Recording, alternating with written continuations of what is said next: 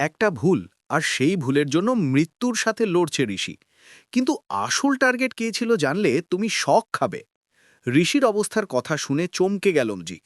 সম্পূর্ণ জানতেই ভিডিওটিতে একটি লাইক করে দেখতে থাকো। উজি বারবার করে সবাইকে এটা বলার চেষ্টা করে সে যদি একবার পুলিশ অফিসার হয়ে যায় তাহলে তার দিদিকে সে কন্ট্রোল করতে পারবে। কিন্তু শোভাদেবী কিছুতেই রাজি হয় না যে তার বৌমা পুলিশে যোগ দেবে।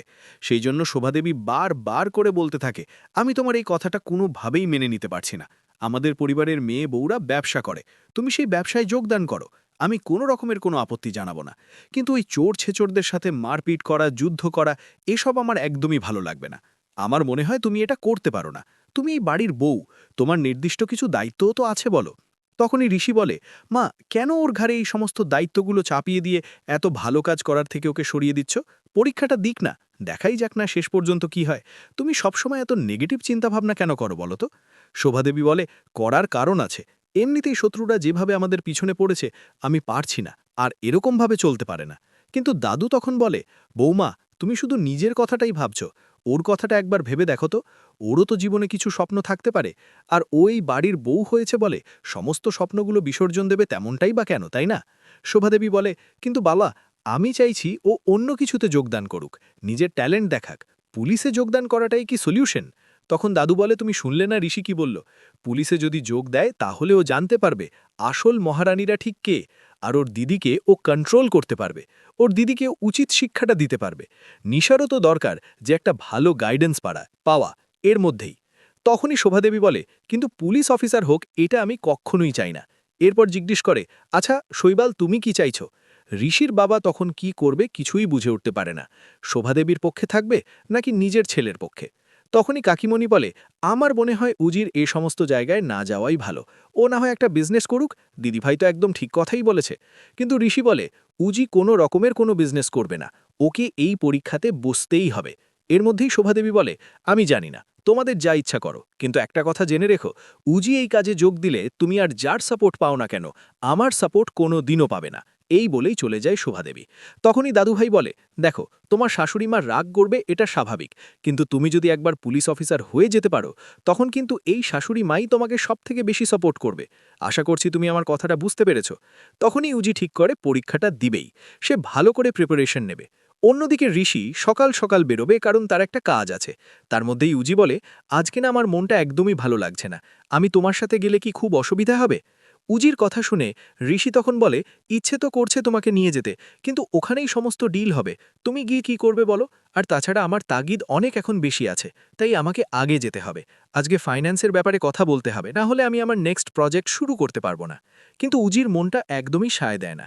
উজি বারবার করে বলে, যদি তুমি আমাকে নিয়ে যেতে তাহলে খুব ভালো হতো, আমাকে একবার নিয়ে চলো না। কিন্তু উজিকে কোনোভাবেই নিয়ে যেতে চায় না ঋষি, আর বলে, তুমি বাড়িতে থেকে পরীক্ষার প্রিপারেশন নাও, ওখানে গিয়ে কী বা করবে? আমি আমার বিজনেসের কাজের জন্য যাচ্ছি, তোমার কাজটা তুমি এখানে বসেই কমপ্লিট করো। এরপরে উজি আর যেতে চায় না। অন্যদিকে দেখা যায়, যেই বিল্ডিংয়ে আজকে দুর্জয়ের মিটিং আছে, সেই একই বিল্ডিংয়েই রয়েছে ঋষিরও মিটিং। এরপর দুর্জয় তো বাউন্সার নিয়ে রেডি হয়ে বেরিয়ে পড়েছে যাবে বলে। অন্যদিকে কথা বলতে থাকে নিশা ফোনে, আর পাঠিয়ে দেয় সমস্ত খবর। বলে দেয়, ওই দুর্জয়কে এমন মারবেন যেন ও মাথা তুলে দাঁড়াতে না পারে, ওর চিৎকার যেন আমার বাবার কান পর্যন্ত পৌঁছে যায়। এই লোকটার জন্যই আমার জীবনে এত বড় সর্বনাশ হয়েছে, তাই এই লোকটাকে আগে উচিত শিক্ষা দিতেই হবে। এর মাঝখানেই তখনই দুর্জয় নিশার পাঠানোর লোকটার সাথে কথা বলতে থাকে, আর বলে, আপনি কোন রুমে আমাদের মিটিংটা ফিক্সড করেছেন? তখন সে বলে দেয়, ১০১ নম্বর রুমে, কিন্তু সেখানে বাউন্সার নিয়ে যাওয়া যাবে না, বাউন্সারকে বাইরেই রাখতে হবে। আর এটা শোনার পরে দুর্জয় বলে, কেন, বাউন্সার নিয়ে গেলে অসুবিধা কোথায়? কিন্তু সেই লোকটা বলে, না, বাউন্সার নিয়ে যাওয়া যাবে না। নিশা যেভাবে বলে দিয়েছে সেই লোকটা ঠিক সেভাবেই কাজ করতে থাকে। এরপর দুর্জয় চলে গেছে ভেতরে, সেখানে গিয়ে অপেক্ষা করতে থাকে। অন্যদিকে ঋষিও সেই ১০১ নম্বর রুমেই চলে যায়। দুর্জয়কে দেখার পর অবাক হয়ে যায়। অন্যদিকে দুর্জয় তখন বলে, কি ব্যাপার ঋষি, তুমি এখানে? ঋষি বলে, মেশো, আপনি এখানে কি করছেন? আপনার এখানে মিটিং আছে নাকি? তখনই দুর্জয় বলে, কি বলো তো ঋষি, তোমরা তো তোমাদের কোম্পানি থেকে আমাকে বার করে দিয়েছো। এই বয়সে নতুন করে কোথায় চাকরি খুঁজে বার করব সেটা তো আমি জানি না, তাই নিজের মতন একটা ছোট কিছু শুরু করতে চলেছি, যেখানে একটু ফাইন্যান্স লাগবে। কিন্তু তুমি এখানে? তখন ঋষি বলে, আমারও মিটিং আছে, ঠিক আছে, আপনি এই ঘরে থাকুন, আমি বরং এখান থেকে যাই। কিন্তু দুর্জয় বলে, না না, তুমি এখানেই থাকো, তুমি বস বলে কথা, বসের জন্য সবসময় জায়গা ছেড়ে দিতে হয়, আর সেই শিক্ষাটা আমার আছে।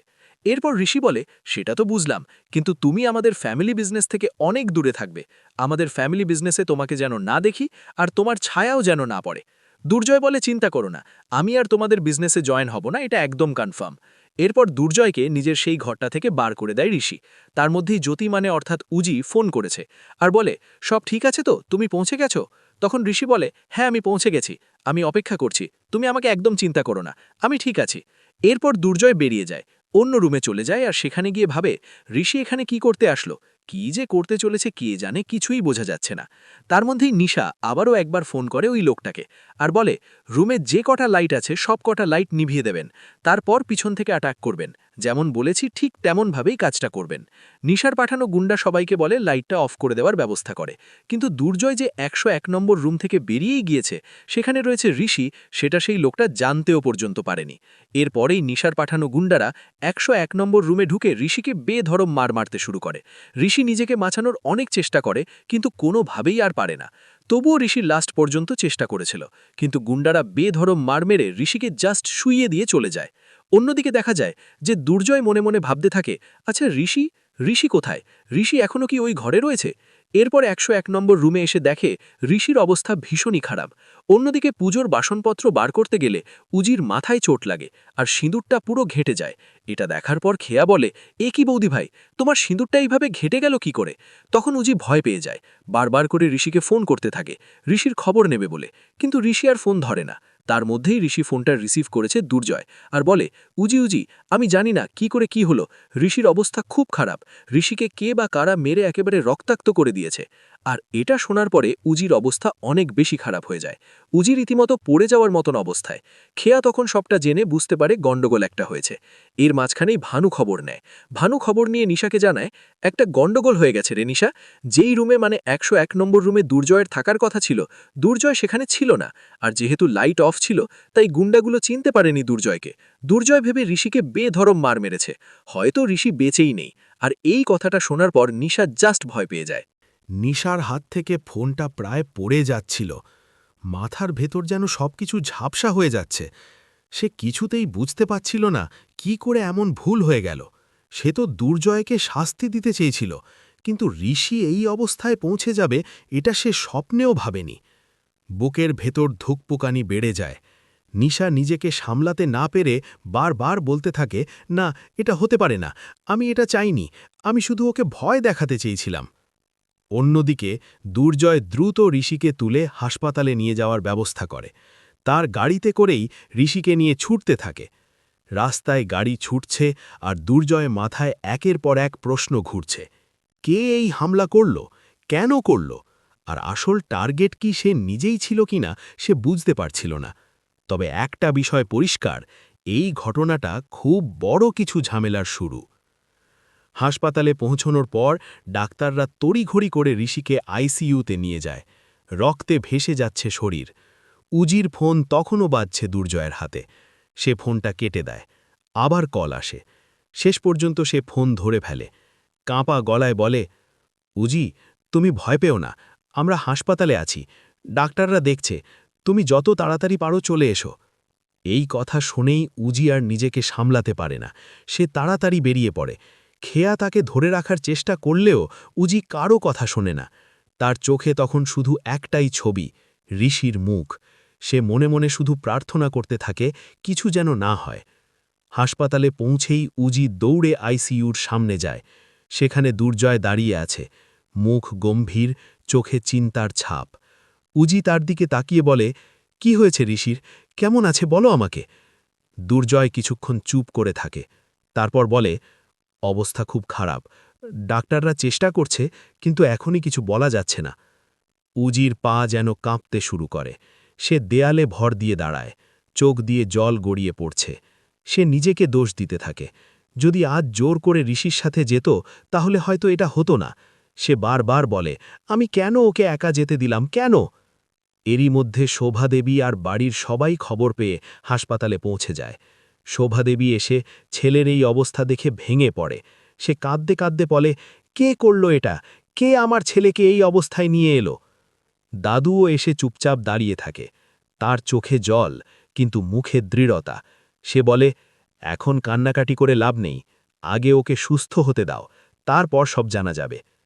অন্যদিকে নিশা নিজের ঘরে পায়চারি করছে। তার মাথায় এখন একটাই চিন্তা, যদি সত্যিটা সবাই জেনে যায় তাহলে কি হবে। সে নিজেকে বাঁচানোর পথ খুঁজতে থাকে। ভানুকে ফোন করে বলে, এখন কি করা যায় বলো তো ভানু, আমি তো শেষ হয়ে যাব। ভানু তাকে শান্ত করতে চেষ্টা করে বলে, এখন চুপ করে থাক, এটাই সবচেয়ে ভালো। কেউ কিছু জানে না, এখনই নিজেকে সামলাও, আর কোনো ভুল করো না। কিন্তু নিশার ভয় কিছুতেই কমে না। তার মনে হতে থাকে সত্যিটা যেন চারদিকে ছড়িয়ে পড়ছে। সে বারবার ভাবে, যদি ঋষি বেঁচে যায় আর সব বলে দেয় তাহলে তার কি হবে। হাসপাতালে কয়েক ঘন্টা কেটে যায়। ডাক্তার বেরিয়ে এসে জানায় অবস্থা এখনও সংকটজনক, তবে তারা চেষ্টা চালিয়ে যাচ্ছে। এই কথা শুনে সবাই আবার নতুন করে আশার আলো পায়। উজি চুপচাপ বসে থাকে। তার চোখে অদ্ভুত এক দৃঢ়তা। সে মনে মনে ঠিক করে, যদি ঋষি সুস্থ হয়ে ওঠে তাহলে সে আর পিছিয়ে থাকবে না। সে যেভাবেই হোক পুলিশ অফিসার হবেই। এই ঘটনার পর তার ভিতরের আগুন যেন আরও জ্বলে ওঠে। সে বুঝতে পারে, এই পৃথিবীতে টিকে থাকতে হলে শক্ত হতে হবে, অন্যায়ের বিরুদ্ধে দাঁড়াতে হবে। দুর্জয়ও চুপ করে সবকিছু দেখছে। তার মনে সন্দেহ আরও গভীর হচ্ছে। সে মনে মনে ঠিক করে, এই ঘটনার পেছনে কে আছে তা সে বের করবেই, কারণ আজ যদি ঋষির সাথে এটা হয়ে থাকে, কাল তার সাথেও হতে পারে। রাত বাড়তে থাকে। হাসপাতালের করিডরে নিস্তব্ধতা নেমে আসে। সবাই অপেক্ষা করছে একটা খবরের জন্য, একটা আশার জন্য। হঠাৎ করেই আইসিইউর দরজা খুলে একজন নার্স বেরিয়ে এসে বলে, রোগীর অবস্থায় একটু পরিবর্তন হয়েছে, ডাক্তার আপনাদের ডাকছেন। সবাই ছুটে যায়। সেই মুহূর্তে কি হতে চলেছে কেউ জানে না, কিন্তু সবার বুকের ভেতর একটাই প্রার্থনা, ঋষি যেন ফিরে আসে, আবার নতুন করে সব শুরু করার জন্য। তোমার কি মনে হয়, ঋষি বাঁচবে? নিশার শাস্তি কি হওয়া উচিত? উজি কি পুলিশ হবে?